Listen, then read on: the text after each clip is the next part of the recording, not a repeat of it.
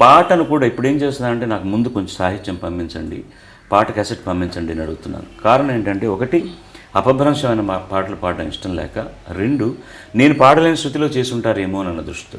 అపభ్రంశం అంటే మీ దృష్టిలో నా దృష్టిలో గ్రామర్ తెలియకుండా మిడిమిడి జ్ఞానంతో మాటలు రాయడం అనేటటువంటిది. అసలు సందర్భం లేకుండా ఎవరో పెద్దవాళ్ళు రాసిన కొన్ని పడికట్టు మాటలు పెట్టుకుని ఇరికించేయడం అనమాట. అలాగా. రెండోది కావాలనే బూతు రాసుకోవడం. సుందరరామమూర్తి గారు రాసినటువంటి అన్ని బూతుపాటలు ప్రపంచంలో ఎవరు రాయలేరు. ఆయన రాసినంత అందంగా బూతుపాట ఎవరు రాయలేరు. మోహన్ బాబుకు నా మీద కోపం, అందుకని అతని సినిమాలో కూడా కొన్ని పాటలు నేను పాడను అని చెప్పడానికి. అతడు నాకు చాలా ఆత్మీయ మిత్రుడు. ఇది రాఘవేంద్రరావుతో అన్నప్పుడు చాలా నన్ను ప్రెషరైజ్ చేశాడు. నన్ను క్షమించి రాఘవ, ఈ మాట ఉన్నందువల్ల, ఈ పాట వల్ల నీ సినిమాకు చాలా అడ్వాంటేజ్ ఉందంటే తప్పకుండా నువ్వు ఉంచుకోవాలి, కానీ నేను మాత్రం పాడలేని పాట వదిలేను. చాలా కోపడ్డాడు. సరే ఇంకెవరి చేత పాడించారు. ఎగ్జాక్ట్లీ ఆ లైనే సెన్సార్ చేశారు. లైనే censor whatever I said it. అంటే నేనేదో ఈ ప్రక్షాళన చేస్తున్నాను కాదు. ఫస్ట్ ఆఫ్ ఆల్ నాకు నచ్చంది నేను చేయనంటే చేయనంతే. అది అలాగే నాకు తమిళ్లో కూడా జరిగిందండి. తమిళ్లో నేను స్టార్ట్ చేసిన within 2 years I was almost number 1 singer. ఒక్క ఎంజీఆర్ గారు నాకు అవకాశం ఇచ్చిన తర్వాత నా ప్రభ చాలా పెరిగింది.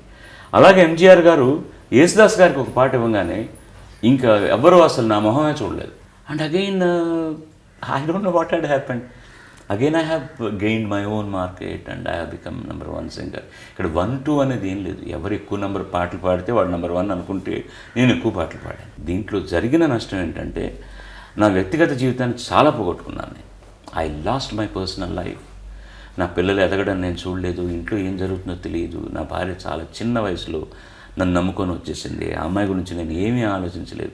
ఈ సంసారం ఎలా మోసిందో. అప్పుడే నా చెల్లెళ్ళందరూ ఇంటికి వచ్చారు. వాళ్ళ చదువులు అంతా తనే చూసింది. వాళ్ళ పెళ్ళిళ్ళంతా మేమే చేసాం. ఆ రేస్లో ఎలా పరిగెత్తానో నాకు తెలియదు. సో ప్రతి వరం పక్కనే ఒక శాపం కూడా ఉంటుందనడానికి ఇదే కారణం. సార్, ఇంకొక చాలా కీలకమైన ప్రశ్న అడిగేలోపు, తొలినాళ్లలో మీరు పాడిన ఒక పాటని మీరు ఏమైనా గుర్తు చేసుకోగలుగుతారా? నాకు చాలా పాటలు గుర్తున్నాయి. నా మొదటి పాట గుర్తుంది, రెండో పాట గుర్తుంది, ఈ మధ్య పాడిన గుర్తుండకపోవచ్చు బహుశా. అవి చాలా పాటలు గుర్తున్నాయి. రావే కావ్య సుమబాల జవరాల ప్రియురాల నవభావ రాగమాల, ఫస్ట్ పాడిన పాట. పాడుకో పాడుకో పాడుతూ చదువుకు, నా రెండో పాట తెలుగులో ప్రైవేట్ మాస్టర్లోది. తర్వాత బుగ్గ గిల్లగానే సరిపోయిందా, ఇది తర్వాత వచ్చిన 10-15 పాటలు ఒకటి. ఓ చిన్నదాన నన్ను విడిచిపోతావటే, ఇవన్నీ కూడా ఆ సందర్భంలో వచ్చింది. చాలదా ఈ చోటు విశాల గగనంలో చందమామ, ఏమే ఒప్పుల కుప్ప నిన్ను ప్రేమిస్తే అది తప్ప, ఇవన్నీ ఆ సీజన్లో వచ్చిన పాటలే. అవన్నీ బాగా గుర్తున్నాయండి.